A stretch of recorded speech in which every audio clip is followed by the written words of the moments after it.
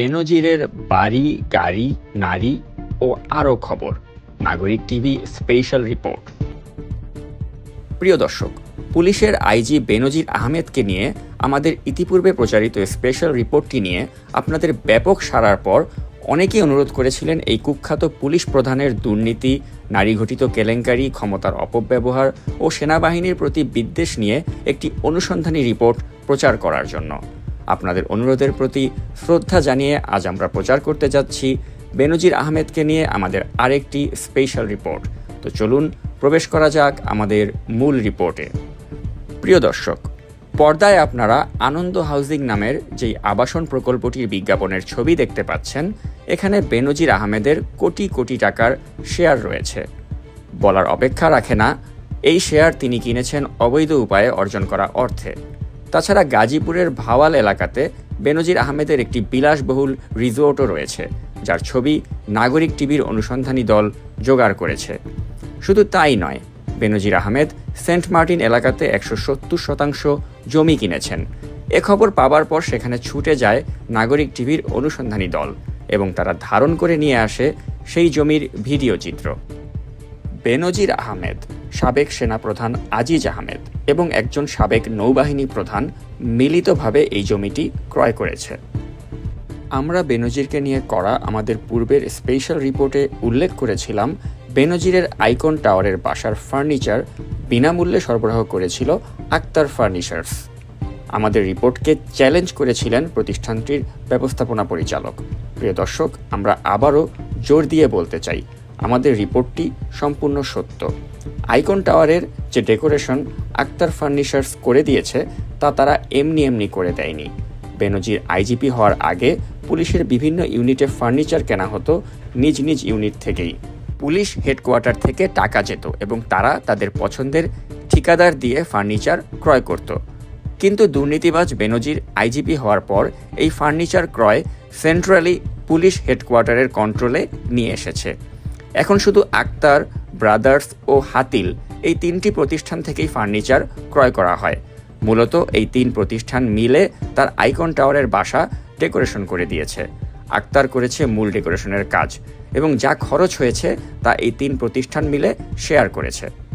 Commission বাণিজ্যে দক্ষ বেনজির Ahmed IGP হওয়ার পর থেকে নিজে কমিশন খাওয়ার জন্য পুলিশের মেডিসিন ক্রয়ও সেন্ট্রালি করছে। আগে পুলিশের ইউনিটগুলো থেকে মেডিসিন ক্রয় করা হতো, যেমন জেলা পুলিশ, মেট্রো পুলিশ ইত্যাদি, কিন্তু এখন সেন্ট্রালি করা হচ্ছে বেনজিরের কমিশন বাণিজ্যের সুবিধার জন্য। শুধু মেডিসিন ক্রয়ের ক্ষেত্রেই নয়, বাংলাদেশ পুলিশের জন্য নিম্নমানের গাড়ি ক্রয় করার পরিকল্পনাও শুরু করেছে এই বেনজির আহমেদ।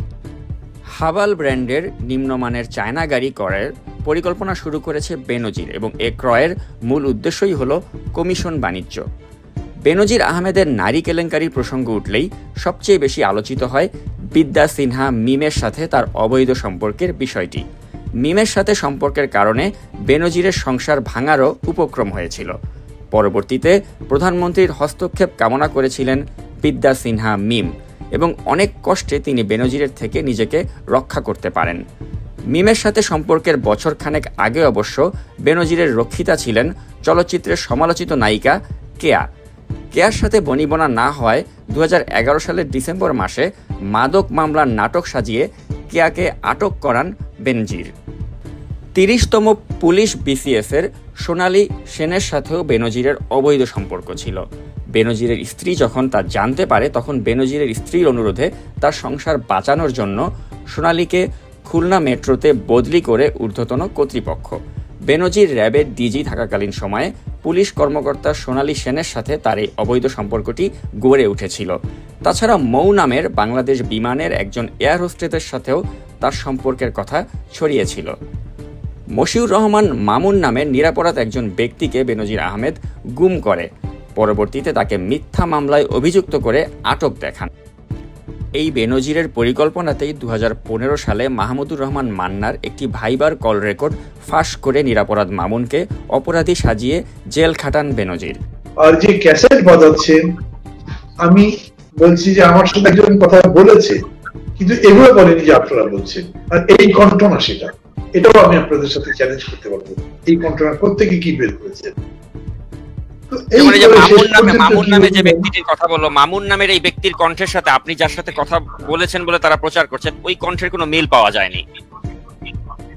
না, ও তো ওইটা নাই, আমি ওই দেখিনি কোনোদিন। নাগরিক টিভির টক শোতে ইতিমধ্যে মাহমুদুর রহমান মান্নান জানিয়েছেন তিনি যার সাথে কথা বলেছেন ওই ব্যক্তিটি মামুন নয়। শুধু তাই নয়, তিনি কখনো মামুনকে দেখেননি। অর্থাৎ অন্যের কণ্ঠকে মামুনের কণ্ঠ বলে চালিয়ে দিতে চেয়েছিলেন বেনজির এবং এভাবেই নির্দোষ ব্যক্তিদের উপর নিজের ক্ষমতার জোর বছরের পর বছর ধরে খাটিয়ে আসছেন তিনি।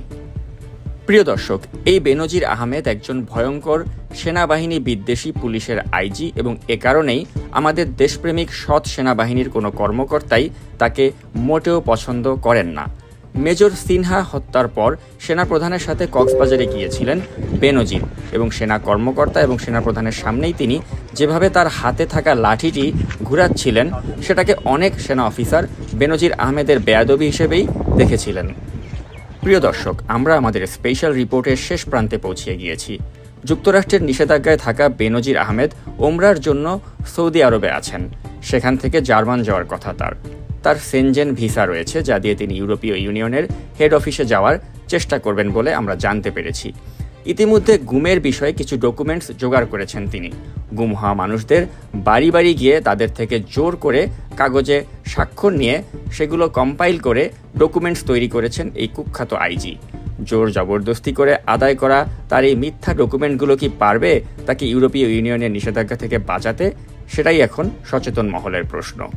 প্রিয় দর্শক, বেনজির আহমেদ নিশ্চয়ই একদিন বিচারের মুখোমুখি হবেন, এই প্রত্যাশায় শেষ করছি আমাদের আজকের স্পেশাল রিপোর্ট।